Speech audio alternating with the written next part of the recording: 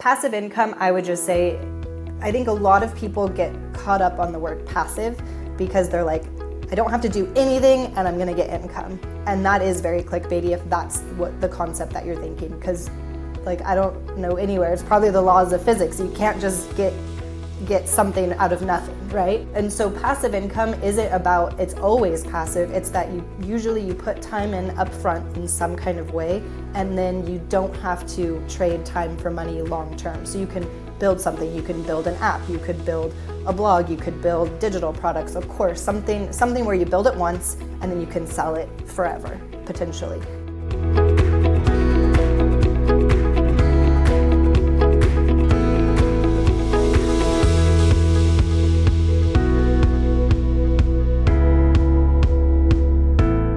Everybody to another episode of The Pursuit of Purpose. My name is Chris Kiefer. I'm joined by my lovely wife, Natalie, and we are here talking to Rachel Jimenez, who is an online creator and the author of an awesome blog called Money Hacking Mama. And I met Rachel in another mastermind group that I'm a part of about, a week or two ago. And I was like, I am super excited to talk to her. Just the stuff she was sharing, which we'll get into in a moment. I think is just relevant to a lot of the people that listen to this podcast. So Rachel, go ahead and give us a little more color on who you are and what you do. Yeah, so I'll give you a little bit of my background. So I studied entrepreneurship. That's how I met the person in the mastermind group. So Gareth Pronovost and I are friends that go way back and don't know each other just through the internet, but knew each other in person first. I used to work in higher education, and I always wanted to be an entrepreneur and have my own business, but I had side hustles and none of them really ever took off. And then I started an Etsy store while I was on maternity leave with my son, who's now 5 years old. And at first it didn't really do much. And then I feel like I would dabble and then life would get busy and maybe my confidence would lack and I would just kind of let things fall. And I think a lot of people can relate to that. Wanting to start a business. And so, I went back to work, and then I had my second child a couple years later in the beginning of COVID, so in 2020. And we were working from home, but I was just burnt out of my job. I'd been there for about 6 years, and with COVID and just doing a ton of Zoom meetings, I really didn't want to go back to work. And so I assessed all my side hustles, and I looked at the one that was continuously bringing me revenue, and really it was passive income, which I think we'll talk a little bit about today. But I had created that Etsy store selling digital products, and I'd basically done nothing with it, and it was continuing to generate revenue for me. And so I was blogging at the time. I think I was trying to do Instagram, like all the things like everybody does, and that one was making money. So I decided while I was on maternity leave with my daughter to double down on that. And I think a turning point for me too, at the same time, I was studying positive organizational psychology at Claremont Graduate University where I was working. And so I think it was kind of this perfect storm of, I kind of niched down and narrowed down my focus to figure out exactly what I wanted to pursue. But I also had this growth mindset and more confidence. And it wasn't even confidence that I would be successful, but confidence that if I tried enough, I would eventually get farther along than I was at that time. Where in the past, I think I would try and things wouldn't work out at first, and so I would just give up. And so I had a little bit more grit and I had a more positive attitude because of what I was studying. And within, I would say 2 months, my Etsy store went from making like $50 a month to $5,000 a month. And it kind of grew from there to where within months, I was making over $10,000. I had replaced my full-time income. And then I talked to my husband. I was like, I want to quit my job. And he was like, oh, it could be seasonal. Like, we're not sure. Like, stick with it for a few months just to be sure. So I waited around 9 months from when it really started making a good amount of money. And then I put my notice in at my job and was able to quit. And so that was, I think, in June of 2021 that I quit my full-time job. And I've been being an online entrepreneur ever since. And that one thing I think is interesting is that you doubled down on maternity leave, right? That's when, there was this roughly, well, I'm doing rough math, a year, like your newborn was now a year old, and that's when you put in your notice at the other company. Is that correct? Around there? Yeah. Okay. That's awesome. Were you thinking there's some parallels there with Yeah, I just think with my journey. Well, yeah, Every time I go on maternity leave, I decide to reevaluate my whole life. I think so we're expecting number 4. Thank you. But I think that there's this pace shift that's so radical. Not that being home with a newborn is easy by any means, but suddenly you start assessing where your mental energy is going in a very different way. And I think it becomes pretty obvious where those drains are on your energy when you're stepping back and maybe you're being drained by other challenging work that's completely different. So it sounds like you were in this, higher education, university setting, probably having a lot of intellectual conversation, and now you're caring for a newborn that just needs a lot of physical touch and communication that's very different, right? So tell me how maybe that shift of pace impacted your reevaluation of your life and your plans. Yeah, and I'll give you a specific story. So I had postpartum depression with my daughter, and I think part of it was just exasperated by the fact that we were in the middle of COVID. So with my son, when he was born, you only have one kid to worry about, but I used my maternity leave and we would travel. Like, we live in Southern California, so we'd drive the hour to go to LA and try new restaurants. And when they're newborns, you can carry them around and strap them on you, and you can have a great time and really enjoy that time bonding with your child and bonding with your spouse and things like that. And then when my daughter was born, we were isolated, so we couldn't go anywhere. We had to stay home. My son craved my attention because he was almost turning 3 years old when my daughter was born. And so it was just stressful. And I think too, just the stress that everybody remembers of, are we going to survive this? Quite frankly, am I going to get sick? Are my kids going to get sick? Are my parents going to survive this? There's that stress of just, are you going to live through this experience was so hard. And then, so I don't know, Chris, if we talked about this in the other, in the mastermind group, but PERMA is a model for happiness that I learned. And so I leveraged that because part of when postpartum depression, it's an acronym, so I'll go over it. But basically, Martin Seligman, who was the other founder of positive psychology, came up with this. It's basically a model for a thriving and flourishing life. And so PERMA stands for positive emotion, engagement, relationship, meaning, and accomplishments. And so again, I had just studied positive psychology, and then I was feeling really depressed, and I was like, what is wrong with me? What's going on? Why do I feel this way? When I had my son, I was so much happier. What's going on? But then I looked at that model and I was like, okay, positive emotions. Well, my son is throwing a lot of tantrums all the time. We're living in this COVID world. I'm isolated. I don't really feel like I have that many positive emotions. So okay, ding there. Engagement, like you talked about the intellectual stimulation, I wasn't working on a project. My whole life I've been an achiever, and I'd like to have big goals and work on something like a passion project. I didn't have any of those. I was taking care of my kids, and that's important, but sometimes it's not as intellectually stimulating as you want it to be. Relationships, again, the isolation part, you're not seeing many people like you used to, so those relationships kind of go by the wayside. Engagement, so that's positive emotion, engagement, relationships, meaning. I felt like I lost my meaning. I think engagement and meaning sometimes go hand in hand. So when you have a big project, that can fulfill kind of a life's purpose, and you feel like you're giving to the world, where I just felt like I was surviving and trying to keep me and my family alive. But it didn't feel like, some people might relate that to meaning, but I felt like I wanted more from my life.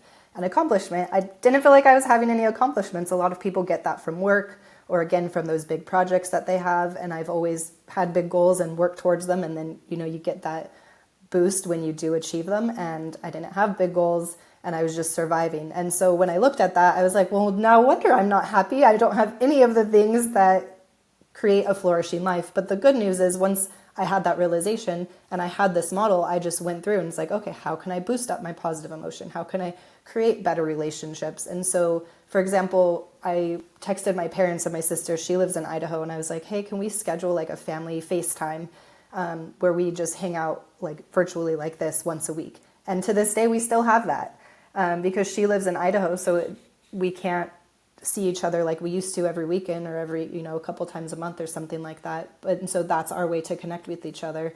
And we started it during COVID, but it's still going strong. I don't think we've missed a week since 2020. So that's awesome. But I love the model because you can literally just look at it and be kind of assess your current situation. And you don't have to be depressed to look at it. You can just be like, oh, you can feel really good and be like, oh, are there any areas for improvement? Or you can say, am I feeling just kind of average? And 5 years ago, and I think a lot of moms and parents go through this, like you look back at your child-free life and you're like, wow, we traveled and we went out and we had all this extra money. We were able to do all these fun things. And now we can't. And so you can assess like, well, what has changed and what can you adjust in your life? I enjoy money. I enjoy making money and having it. But I also think a lot of the best things in life can be free. And so it's like, well, sometimes when you're young and, in college or in your teens, you just go and explore the world more. And so you can literally like take your kids to a new park rather than doing something that's always routine. It's like, okay, let's map out all the parks in our city and let's try to check all of them off the list and do something different, because that can give you a boost of dopamine of just like the newness, and you're getting out in the world. Maybe you can build new relationships because you meet a new person at the park. So when you assess those things and really look at the PERMA model, it can really boost your happiness and help you have a more successful and thriving life.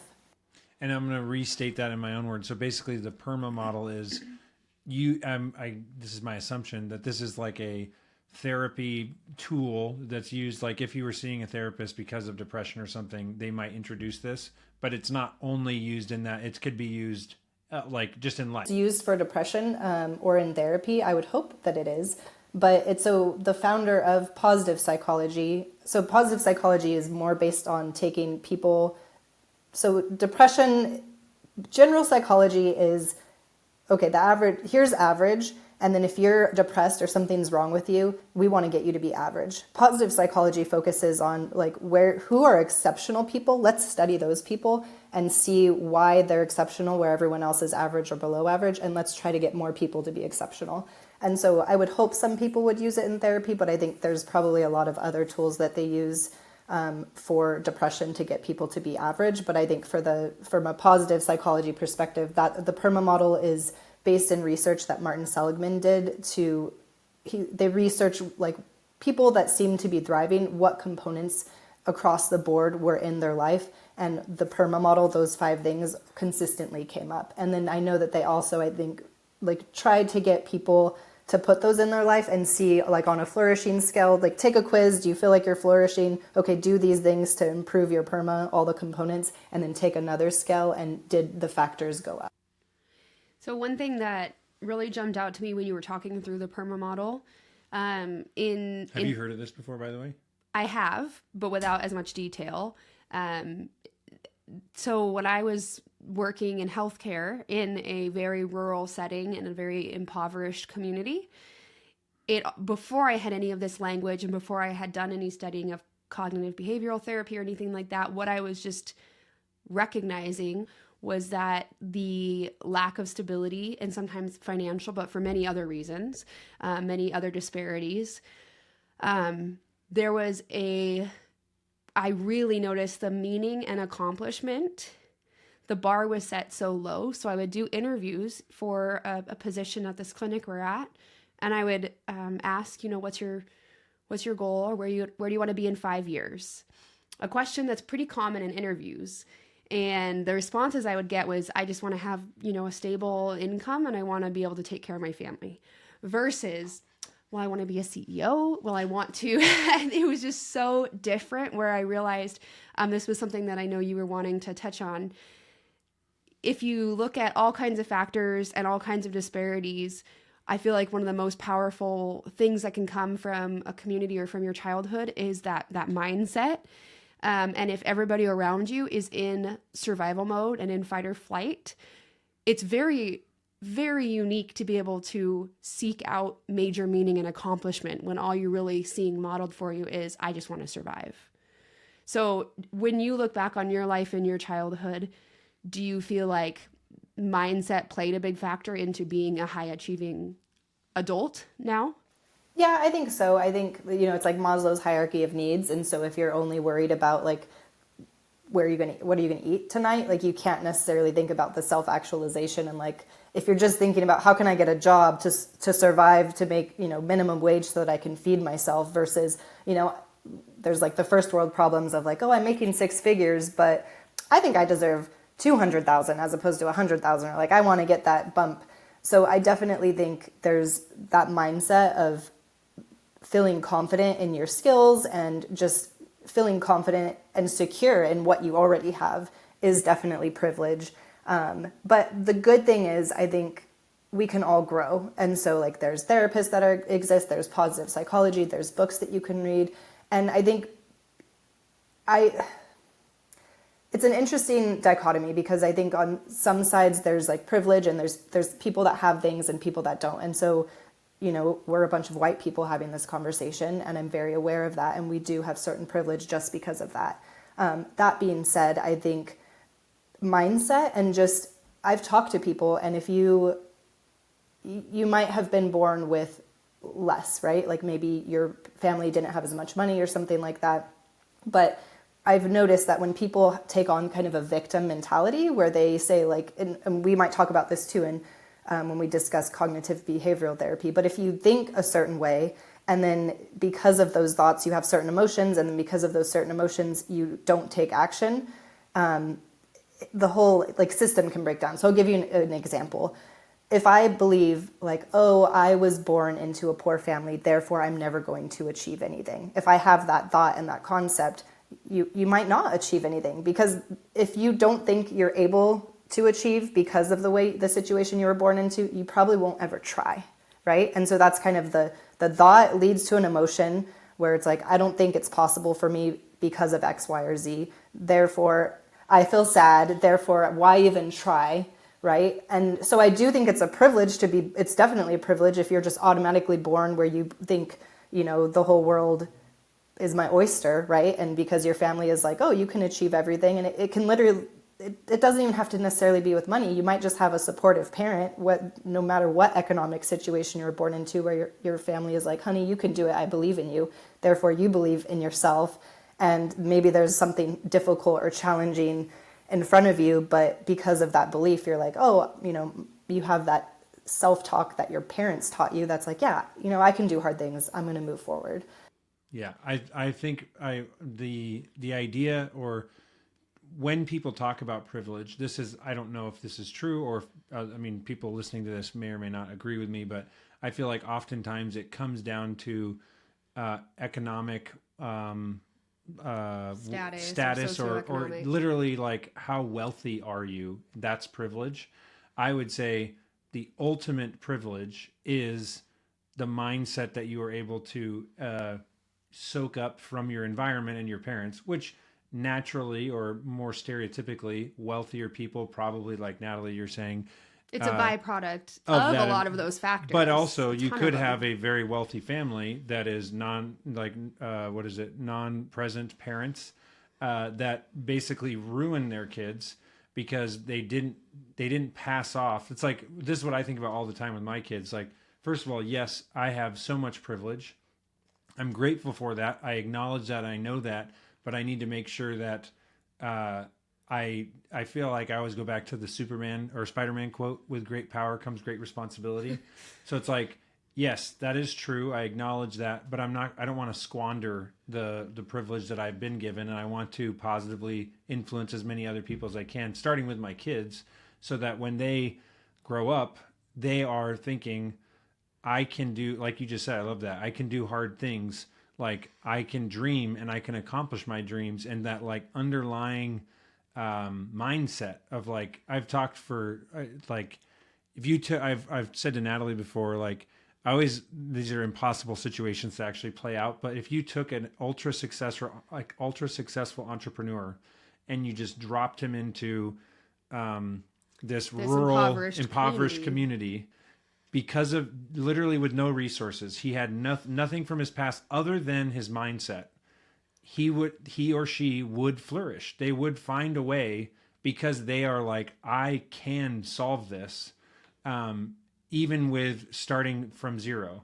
And that's, I don't know, I just think that's an interesting thing of like, it's actually starting from not zero at all because of your mindset. That's like, you can't pay, you could not buy or pay enough money to get the mindset of someone that thinks positively of themselves, or thinks that they are capable of accomplishing whatever, Kind of. You mentioned that you can't pay. No, yeah, you mentioned that. And I just want to put it out there, because you mentioned a couple things. You said like your parents can contribute to this in your childhood, which is very true for most people. And then you mentioned that you can't pay to get it. And I would just argue a little bit that we can't blame everything on our parents. We have control. So like, yes, they might have given us a foundation that's positive or negative, but just like depression is 100% treatable, I truly feel like our mindset, we are 100% in control of it. That's not to say it's easy, but we can grow, right? And so that's part of having a growth mindset in general, is thinking that our skills can change, but in addition to having a growth mindset, our mindset can change. So if we believe that we can't do something right now, and maybe we say, oh, our parents like drilled that into us, that's a neural pathway in our mind that can be changed, right? It could be deeply engraved, and it's going to take a lot of time and energy and effort to fix that or to change that in a positive direction, but it can change. And then you mentioned money, and I just think therapy, right? There's therapy, there's courses you can take, there's books that you can read, so you can invest money into helping you achieve that goal and get you farther along to help you learn. You could study positive psychology, right? Like you could get a college degree in it. So that's not to say it's a quick fix and you can like give somebody $100,000 and they'll give you a pill to swallow that will literally change your mind. Although I don't know, there's that Netflix special about mushrooms, so which I'm not condoning, but it's like, hey, maybe somebody will. I don't know, yeah. But I love that you just hit on, and this is my favorite part of this conversation, because we have versions of this conversation a lot, is that then you're intentional to not moralize if someone is growing in mindset or not, because that's where you can either say like, well, you have a victim mentality, so it's your fault, or it can be like, you just need to recognize that this neural pathway is very engraved and you may have to work harder than somebody else to rewire. I've been in a place of postpartum depression as well, actually, and I was constantly moralizing, like, I have all these resources and all of this access. Why am I not able to figure this out? Right? There was no grace there for maybe some of the underlying depth of those pathways. Right. And so when you look at somebody that's not rising above those circumstances, I don't think there's any moral judgment saying like, well, what's wrong with you? It's just like also important to say, but you're not stuck there. There are always opportunities for growth and change, and you're not a bad person if you don't know how to access those things right now. Right. And I think it's not necessarily in like the zeitgeist of where everybody knows. I studied positive psychology and now I'm like, oh my gosh, everybody needs to know about the PERMA model and cognitive behavioral therapy. But literally in positive psychology, I didn't even learn about cognitive behavioral therapy. Somehow I came across it, and I was literally doing research for my Etsy store for products that I could make. And I saw somebody put CBT something, and it had like a high search volume and low competition. I was like, that's interesting. What is this? And so I Googled CBT, and then I was like, what is this? Like, and I went into this deep dive and like read every book I can on cognitive behavioral therapy. And I was just like, this is life-changing. Everybody needs to know about this. There's a slight possibility that at some point I have bought your CBT worksheets off of Etsy because I'm a very worksheet-driven person. And that was what I loved. That's what I loved about CBT as well, though, is that you can... it can be kind of task focused, where you can give yourself, I'm going to take time to actually sit with this thought and rework it, rewire it. And so I'm sure that I've searched through your information in the past without realizing it. It's possible. But I agree with you. I like that because in like positive psychology, where you learned about meditation and all these things that really are free, like everybody can do them. They're super easy to do, but it's hard. It's hard to sit there and meditate and to build that practice. But cognitive behavioral therapy, downloading worksheets, journaling, and like finding really good journaling prompts, they make you feel so much better, because instead you're just stuck here sitting ruminating. Nobody knows you're doing it, right? Like you're holding your baby smiling in a photo, but in your head you're like, oh my God, the whole world is ending. You're spiraling downwards. And then you learn about something like the PERMA model or cognitive behavioral therapy, and you can do a worksheet. And literally I would have like a triggering moment, and I'd be like, oh my gosh, I feel so angry right now. And I'd be like, okay, that's okay. And I'd go to my little worksheet, and I'd feel so much better just getting it out on paper. Sometimes I wouldn't even deal with the problem. I would just write what the problem was, and then I would like walk away from it. And it felt so cathartic to get it off my chest. And then later, an hour later, I would come back to it, and I'd be able to solve it so quickly. Whereas in the past, maybe it would be weeks or months that I'd be just ruminating on this and going over and over in my head and not resolving the problem. I love that. So have you formally studied CBT as well, or you studied positive psychology? Yes. And then, or what's your relationship with CBT now? Okay. YouTube, books, the internet. Yeah. But I have the background in positive psychology as well, so I was able, and access to like scholarly articles and stuff like that as well has helped. So that's one of my my filters when I'm looking at people that are coaches, life coaches, business coaches, whatever they're calling themselves. From my own paradigm and perspective of having gone through CBT, and I'm always like, okay, how closely are their philosophies aligning with CBT? Because if there's no alignment there, it's a bit of a red flag for me. Like they may be moralizing your psychology or your mental health or things like that, and I'm always like, hey, this person is really impressive. They really seem to line up with that CBT approach. Very important to me. And do you call yourself a business coach or life coach? I know you said you work with a lot of entrepreneurs. Yeah, I do. I work with entrepreneurs. I know you would ask that question. So life coach to me, I love the concept of helping people improve their life. But to me, life is just so broad and like, so business, it's like, okay, I can coach you in business and I can help you understand like what needs to get done. And I feel like there's formulas and models, and there are formulas and models to live a thriving life, which I understand. But life is just so complicated. And I think there are professionals like therapists that have been trained better than I have to do things like that. And so, yeah, I just have this weird relationship. I love the idea of coaching people and supporting them with their life and achieving big goals and stuff like that. But it just gives me, like, I think the red flag, right? Like, it gives me kind of the ick factor when I hear life coaches. Nothing against them, but there's not, like, anybody can call themselves a life coach too. So you never know if somebody has, like, the backing or not. You know what I mean? Actually help you in a good way, or it could be dangerous also, yeah, depending upon what they're... And the access you're giving them to your mentality and all of that. One thing that I have another little, like, ick factor with that you brought up, I'm really curious what your thoughts are on this, the term side hustle. Okay. We have had a number of arguments about this. I don't have a problem with it, by the way. He has referred to some of my projects as side hustles, and I took deep offense to that, mainly because I had this very strong association that it was... I never hear men talk about side hustles. I feel like that's something that women talk about, and maybe from a place of trying to discredit how hard they're actually working or how hard they want something. Okay. So you mentioned you had a number of side hustles and projects, and that kind of makes sense to me. But I feel like I've encountered a lot of women who really want to minimize something that they're extremely passionate about, and maybe actually is really financially contributing to their household. Because for some reason I have a whole nother podcast where we talk about imposter syndrome, but maybe some sort of imposter syndrome where you're like, I'm not able to own that thing. I'm wondering, when did you start writing your blog? Mm-hmm. And when did you recognize this actually is a really legitimate business model and something that you could kind of own? Okay, I'll answer that question. I might forget it in a second, but really fast, how do you define side hustle? Maybe that's my problem. To me, a side hustle is something that maybe you don't have a professional degree or academic training in. That's where I feel people use that term, where I'm like, no, you don't have to have academic training in something to actually be really good at it. But I would say, so, because Natalie and I, we like arguing, but it's healthy arguing for any marriage people out there.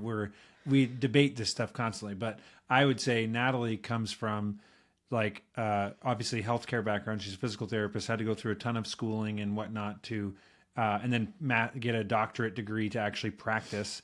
And I came from I got an engineering degree, I got a bachelor's, and then I just I leveraged some of the stuff that I got from engineering, but then I just jumped into marketing, which is like, anybody can say I'm a marketer, right? And then being in business, I now, run a business, but I am very much like, just go for it. And I would say in the context of side hustle, I think based on what you're saying, Natalie, a lot of people may call a side hustle to minimize the pain if it doesn't work out. Oh, maybe, yeah. I don't know if that makes sense. Like, it was just a side hustle that failed. It wasn't like I'm not changing careers, because if I tell people that I changed careers and then 3 months later I tell them I changed careers again, and then it's like, oh, you're having a really tough time finding something to be successful at. But in reality, it's like, I'm interested in a ton of things, and I have passion. And I would say that when I transitioned from full-time clinical work to basically being small business owners with Chris, it probably took me 6 months before I actually stated to my family openly, like, this is my career now, because I was so worried about coming across as flighty. Okay. So I think that's interesting. If I defined it the way you define it, I would agree with you that that's a cringy, kind of icky word. But the way I define it is literally like textbook, like on the side just means it's on the side of a full-time job generally, right? So it's like, and it doesn't even have to be full-time. It's like maybe you're a server, right? And so that's your job. That's what's bringing you income. And then you're doing this thing on the side that the goal is to make money, but right now it may or may not be. So it could be, somebody's a bartender, they work part-time, they're going to school. And on the side, they have an Instagram account where they talk about something, right? Whether or not they're an expert in it, but they like that topic and so they discuss it. And right now it's not making any money, but their goal is to eventually get sponsors and grow it up into this huge thing. So to me, that's a side hustle. You're doing it on the side, and the hustle part is like you're hustling because you may or may not be making money right now, but it's kind of this passion project that your goal is to make money one day. And so you're just kind of grinding it out. So with that definition, I feel like it's not cringy because it's just like, I have this thing that brings me money. I'm, able to feed myself, and then I'm doing this other thing on the side. And I do think that if you were using it to diminish, where it's like, this is your thing, you're like, I'm going to quit my job and go all in on this. And then you're like, it's just a side hustle. I think that is diminishing it, and people should give themselves more credit. And really, they should give themselves a lot of credit because that's a lot of risk that they're taking on. And it takes a lot of courage to do that. And if they're doing that too, I think they're almost doing themselves a disservice, because I think people don't take you as seriously when you have a side hustle versus if you say, I'm a business owner. So just introducing yourself, if you were at Chamber of Commerce meeting, you're like, hi, I'm the owner of this side hustle business, consulting business, versus like, yes, I'm an Excel consultant, how can I help you, right? And so you're projecting that confidence and that energy, and people pick up on that. So I think, yeah. So when did you officially introduce yourself as an online content creator and a blogger and all of those things? Officially when I quit my full-time job, that was an easy kind of hard line. But I think even before that, when it was replacing my full-time income or making serious income, even to this day, I think it's funny, like I have an Etsy store, and so that is the platform that I use, but technically I have an online e-commerce business. And so I literally gave I was a guest speaker at the college that I graduated from for undergrad. And the professor that asked me to come speak introduced me and said, oh, she has a cute Etsy business. Yeah. And I was just like, ooh, I was like, wow, okay. Like, so you're asking me to come speak to your students to inspire them, but you're going to basically degrade my business. And it's just interesting. And I didn't take offense to that. I don't think he did it on purpose. And I think going back to that victim mentality, right? So like, I am aware of it, and I don't think it was the best thing, but I don't think he did it on purpose to demean me or my business. And so I was just like, that's interesting data. But I wonder if a man who was doing the same thing and literally had an Etsy store, if they would say, oh, he has a cute Etsy business, or if they would have just said, yeah, he has an e-commerce business that I want to talk to you guys about. So it is just interesting, I think. Interesting. And it was a male professor. Yep. Natalie's tried to enlighten me of all these passive sexist statements, or would you call them that? Things that I say that I'm like, oh, I didn't like. If you were to ask the guy, he'd probably be like, oh my gosh, I'm so sorry. But it's just like this deeply ingrained these things that we will say, trying to, like, I don't know the words, I'm nervous, I don't know how to introduce you, so I'm just going to say something. Well, specifically, like if we go to networking events, I notice even if I ask a question sometimes to another male attendee, they will turn and answer to him. And I'm like, hello. And so I just try to always be mindful of maybe the ways that women are feeling that pressure, or they're unintentionally maybe being minimized a little bit, in that, especially in entrepreneurship, where it feels like you have to have a very specific type of personality to be successful as an entrepreneur. And we need to maybe work a little bit harder to encourage and empower women to own that mentality, because it may clash with some norms. Definitely.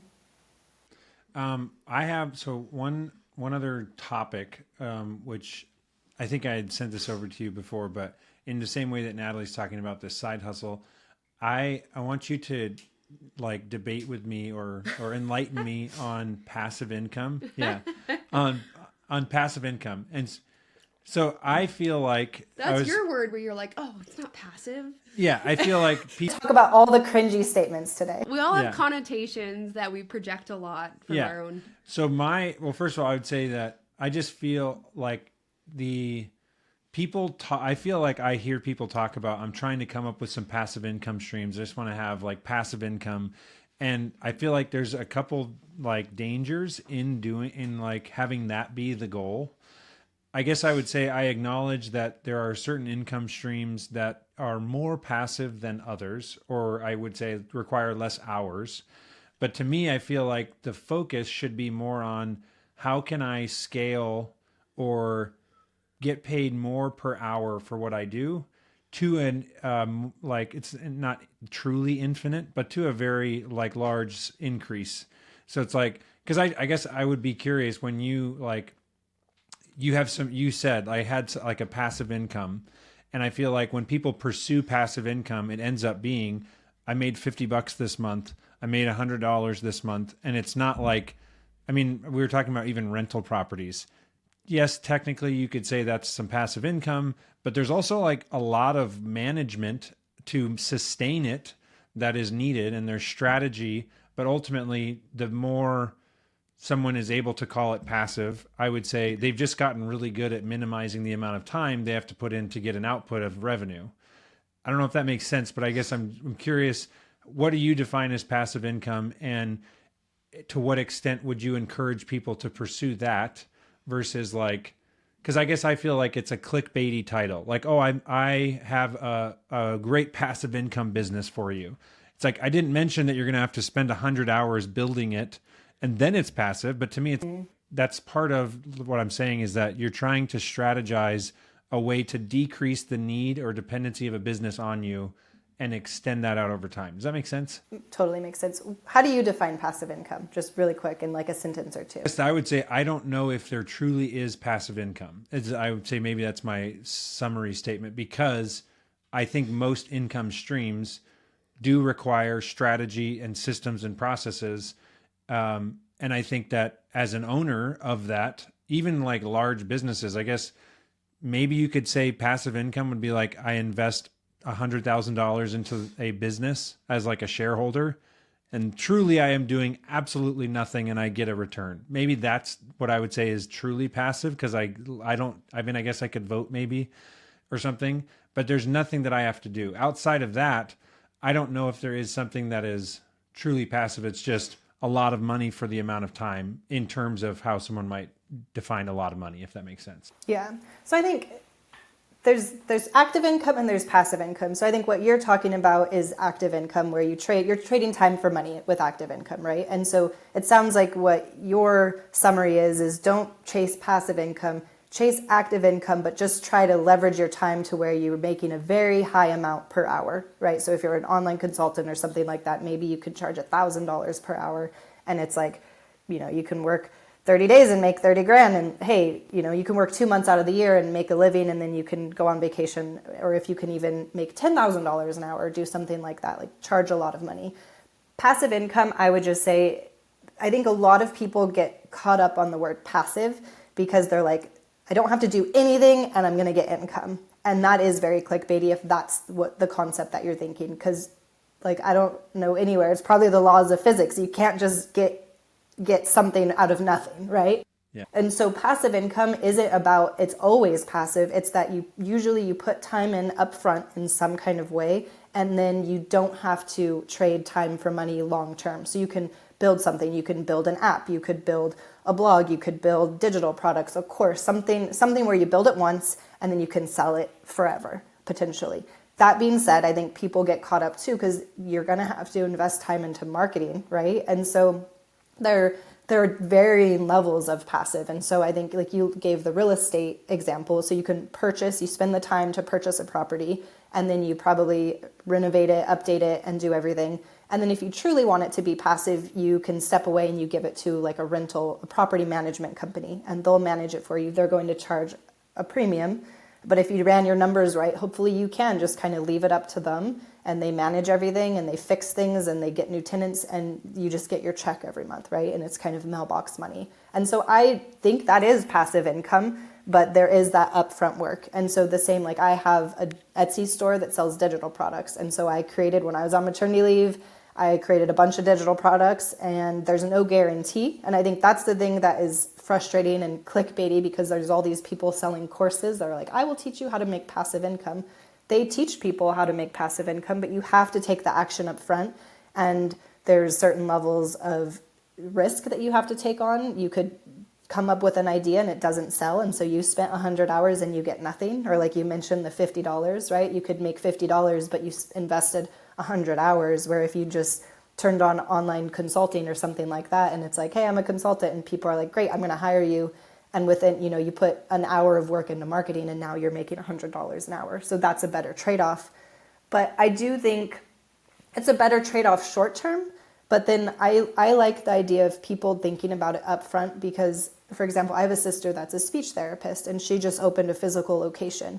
Well, speech therapy, it's through insurance. You said you're a physical therapist, or you used to be, so you can only charge so much, right? You're capped out because it's healthcare, and unless, I don't know, you're a celebrity physical therapist or speech therapist where the celebrities will pay out of pocket or something, there's usually a cap because insurance will only reimburse you so much. And so it's just a numbers game of either you trading time for money or you hiring other people that will trade time for money. And you just hope that you make enough profit that is above like the hourly rate that you charge, you pay to your employees, and then the amount that you get, then it's just a number game of how many employees you can have, right? And so you can make that somewhat passive because you just create automation, you can hire a manager, you get other people to do the work for you. But there's a lot that goes into it, and you're probably going to have to be more active in it. Where I think, like for me, sometimes I'll compare me and my sister because we have very different business models. I knew up front that I didn't want to be working like a 9-to-5, 40-hour a week schedule forever. I want to be able, and I don't want to always have money dependent on me working in the business. I want to be able to go on vacation and my business is still making money. And I think, again, if you hire employees, that can happen because the employees do the work and you can go on vacation and maybe they'll call you in an emergency. But if you have a manager, a middleman that can help protect that. But there's that management of people. I have one virtual assistant that supports me in my work, and then I can make a 6-figure a year salary, and the hours that I work go up and down. They could probably be reduced a lot, but I'm in growth stage and I want more, right? I'm an achiever, so there's more that I'm trying to build. But if I just wanted to keep it on autopilot and do what I've been doing, I could just kind of rest on my laurels, and the products that I created a year or 2 years ago are still selling. So I think passive income is possible, and I believe it, and I talk about it. And I think it goes back to mindset too, right? If you think it's gimmicky and it's clickbaity, you're never going to pursue it because you're like, nah, like, I'm not interested in that. I don't think it's I don't think it's truly possible. Where I see people, and there are clickbaity things, like you watch a YouTube video and an ad comes up and it's like, you can make money on YouTube. Here's how to do it, right? And you're like, yeah, you can make like $50 per video if you get lucky and you get a lot of views. And how many hours are you spending creating YouTube videos or things like that? So there's a lot of different models out there, and I think you have to pick the right one for you and your skills and just the amount that you want to work. But I do think it's possible. I wrote a blog post about this too, and I think like we look at celebrities, so like Rachel from Friends, Jennifer Aniston, right? Like the whole cast of Friends, they make $20 million a year from residual income from making Friends. And so that's passive income. And I think in the past, it was only for celebrities and musicians. And now, because we have this like digital creator economy, you can be an influencer. I forget his name, but there's some musicians now that they're good at marketing and they can produce good music and they put it on Spotify and they're basically self-publishing. So they're getting a lot more profit versus if they went with like a big music production company, because they're going to take a cut. So I think because of the internet and the tools that we have access to, like a lot of things are changing and there are a lot more opportunities for passive income. but you have to be open to it and be willing to learn and put in the time up front, because it's not easy. Not to say it's easy, but it is possible. And circling back to, just to make the quick point, I do think investing is like the ultimate passive income. And you don't even have to invest in like, a small business. You can invest in the S&P 500. This isn't investment advice, but that to me is the ultimate passive income. Like set up one time, you're going to have to put a little bit of time up front, but like automatic investing, whatever you want per month, and put it in a good fund that historically has been recommended, which like Warren Buffett recommends the S&P 500, and just let it ride and continue to invest every month. And over time, you'll make income, and you can get passive income in the form of dividends as well as in the form of growth. Yeah. I would say invest in the stock market. That's super easy. And then there's a ton of other more active in the beginning business idea type passive income opportunities that you can grow from there. And I think you actually hit on something that maybe is this sticking point for Chris. You have to bring some sort of skill to the table to really truly have a long-term great value in that passive income. And when it gets gimmicky is when you're seeing ads saying, you can do this thing and you can click these links and you can do this and then you get $50 a month, right? That's like, well, there wasn't really any skill. And so you're not getting great long-term return on that. But if you have a skill of creating something, developing something, that's fantastic. Definitely leverage that for more long-term passivity. As a physical therapist, Chris has told me, why don't you guys just make videos on everything that you do and then you just have those online? I'm like, that's true. When you're in a clinical setting, you're ultimately not only limited by insurance or cash pay rates or whatever, but also one-to-one. Right. Mm-hmm. Where long-term, you're stuck in that 9 to 5. Yep. But I think models are getting changed all the time. Like I think about my sister, and she's a speech therapist, and there's people that can't afford her. I'm just like, okay, there's people like me. I have her on auto dial. And so I'm like, is my toddler, like, is it okay that she doesn't say this word correctly? And she's like, yeah, like developmentally that's normal. Don't worry about it. But just having like, we're helicopter parents now. We go on Pinterest and we want to know all the things and like give our kids the best. And so she could create a course that's like literally, how do you play with your kids? Some people might have been an only child, or they might be the youngest. I was the youngest child. And so maybe they weren't around a lot of kids. And it's like, how do I even like interact with my child in a way that is developmentally appropriate and helps teach them things? Some people, and she might not even realize that because she's always been around kids and loves kids and that's her job to play with them. But that's part of what she does, is she coaches parents how to interact with their kids to teach them. Because some kids will point and say like, and then the parent is like, oh, here you go, and they give them that toy. Well, that's not developing their language. Where if you say, my sister has taught me this, if you say, ooh, what do you want? And then you just kind of play dumb and be like, oh, do you want the car or do you want the ball? Which one do you want? And then you get the kid to like try to say, but, and it's like, okay, that's a starting point. And it's helping them develop their language. And so, but she could literally create a course on that and charge $100. And if she could sell thousands of them, how many hours did it take her? And then what is like the ultimate long-term impact and revenue that she could make could be huge. I'm sure of you know of Gary Vaynerchuk. So the thing that you're saying that is reminding me of this is I think he calls it the long tail of the internet. So if you imagine an X and Y graph that goes like, the time that I'm going to spend and then the value that's created. Generally you like launch a new form and there's a bubble of like, you get some value, but then it tapers off and then exponentially goes, almost to zero, but it never actually goes to zero, but it goes infinitely in time because it's on the internet. And you take the, what is the interval, is that what it's called? I'm trying to remember my math days. I know. Yeah. I haven't done this in such a long time, but the value under an infinitely very small line is actually a lot of value, and it ends up being more than the initial bump that you got from launching the product or launching the course. Because that I would say, I love that you brought up in the past, it was celebrities or these wealthy people that had reach because of a TV show. And now it's like, yeah, like you can have an Etsy store, you can have a YouTube channel. Yes, it might be small, but like $50 a month from a thing that you post online for the next 20 years, it's not bad. Yeah, and stack. It's one thing if it's one product, and that, like, I really love Etsy, and I think it's one of the easiest ones because I was, trying to do these passive income streams and clicking on all the clickbaity things. And then I learned about Etsy, and I was just like, oh, you can sell digital products on there. I didn't even know that, which a lot of people don't know. You think of crafts, right? Like, I'm going to create, which then you're trading time for money. I'm going to, knit something and sell it to someone. Yeah, craft patterns too. So that is where, like, oh, if I'm a crocheter, great, or knitter, I just go on to Etsy now, and that's where I get my patterns. And they're charging me $5. And how many times are they selling that to someone that's like, well, I don't want to buy the product. I want to create the product. It's a great strategy for a creator.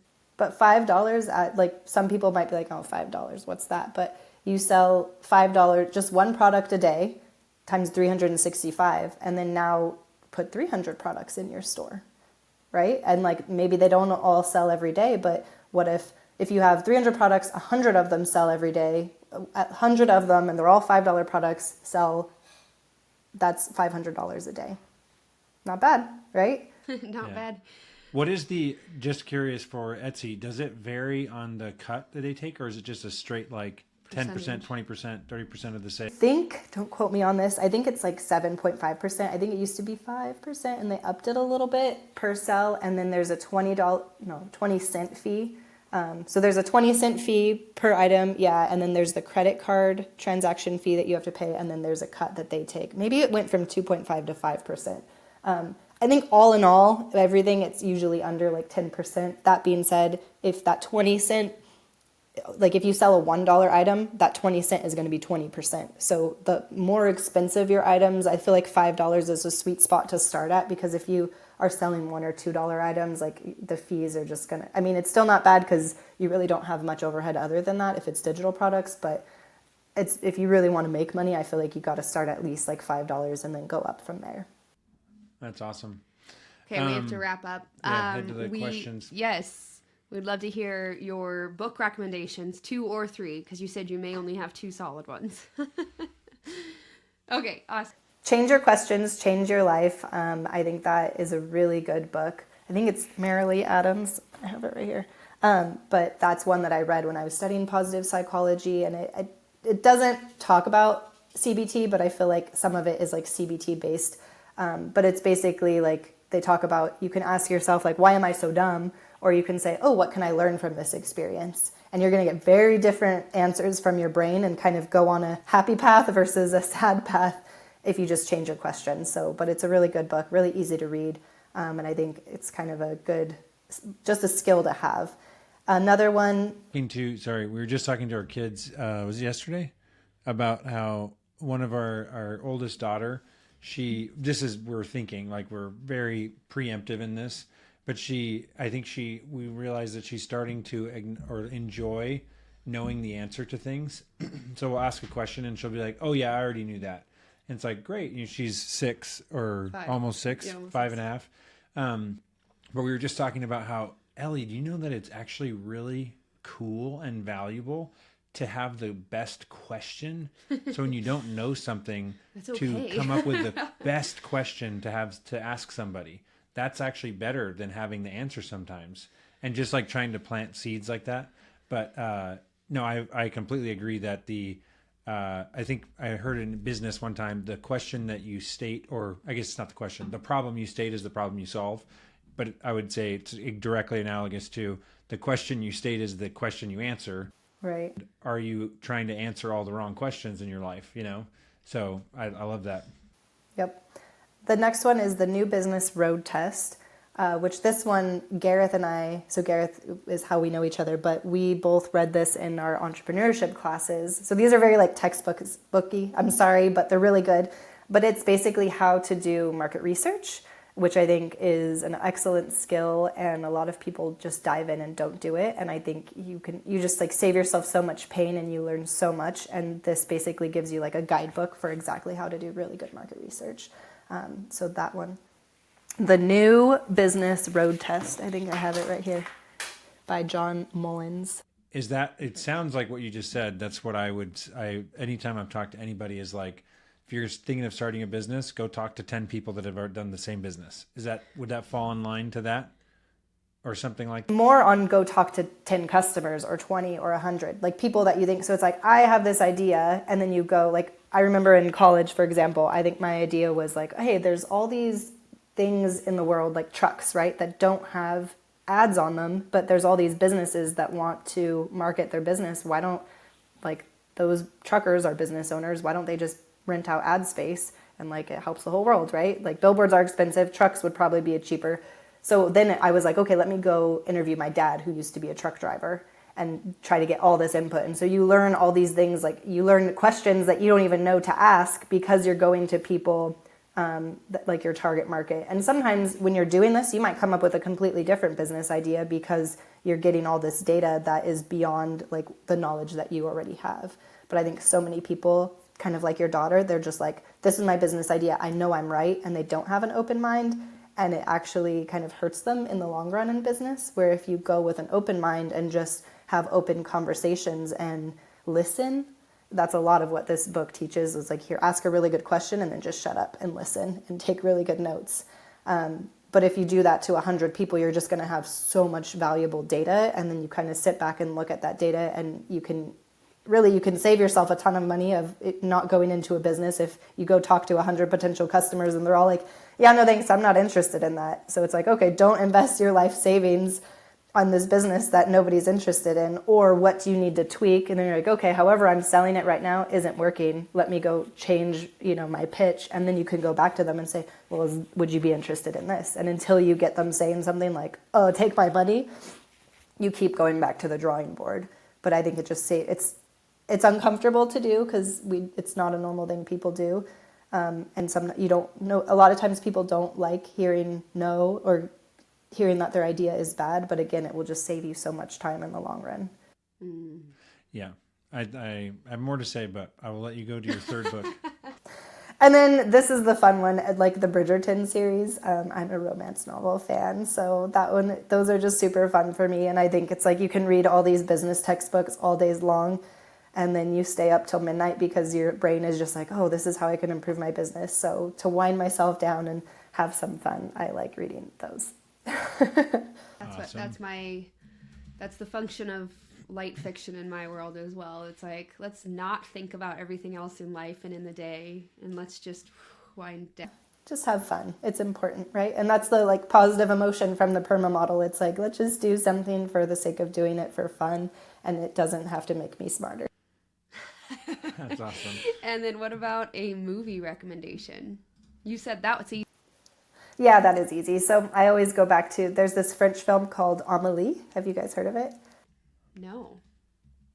I feel like it was recent, right? And it was actually pretty popular. Or no? I feel like I can see the text the way it's written. It was new. Like when I learned about it, it might not have even been new. But it's basically about a girl, she's kind of introverted, and she decides to kind of go on this quest to like help other people in an anonymous way. And throughout doing that, she improves her own life. So I just think it's kind of a happy, inspirational tale, and it's in France, and I enjoy that, and just the different types of clothes they wear. Glad it got that, because I hadn't checked that. And it's kind of one of, yeah, you never know. You could be saying like your favorite movie, and then you look on IMDb and it's terrible. But I'm proud to know that it got an 8.3, and I do recommend that. I think it's just happy and uplifting.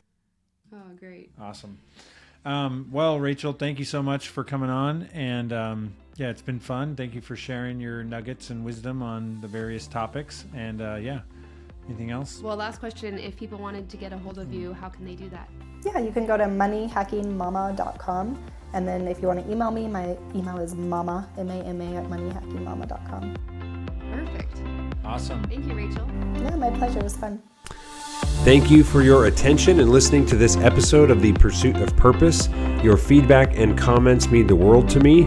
If you liked what you heard, please take a second, leave me a 5-star review on iTunes.